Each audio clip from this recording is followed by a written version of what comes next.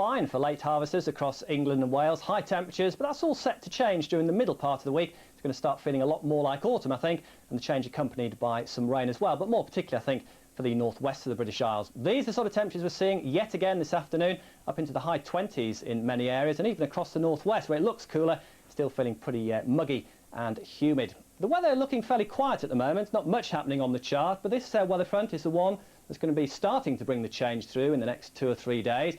You can see nothing really happening to start with, but eventually we start to get this area of low pressure developing. That's going to push some fronts more readily across the British Isles, bringing in the cooler and fresher weather. But then towards the end of the sequence, again, we get an area of high pressure building, bringing a return to the fine weather for most of us, and also a rise in temperatures again.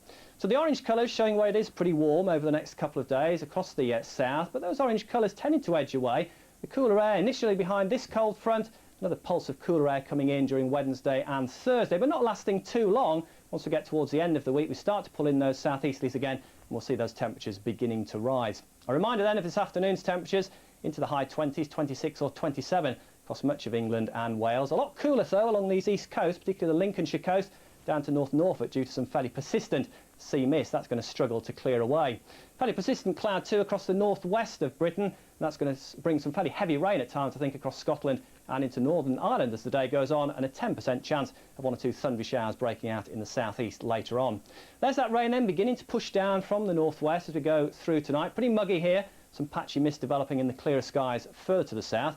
That rain tending to fizzle for a time during tomorrow, but another pulse beginning to push up from the southwest once we get through into the middle part of the day. And that's going to be the way of it, I think, through Monday. A slow-moving front bringing pulses of heavy rain across these northwestern areas, an increased risk of 1 or 2 thundery showers in the southeast. But here, again, a pretty warm day. Through Tuesday, that front begins to get a bit more of a move on, so introducing somewhat fresher air to many areas. This next low, though, bringing the next lot of rain in across the northwest. So a band of showery rain working its way southwards through Tuesday, late to reach the southeast, and here possibly staying dry. The next pulse of rain coming in from the southwest, that's going to reach many areas during the course of the day. Thursday, seeing that band of rain gradually pushing away, fine weather for many, but a fair number of heavy showers across the northwest. And that's the weather for the week ahead.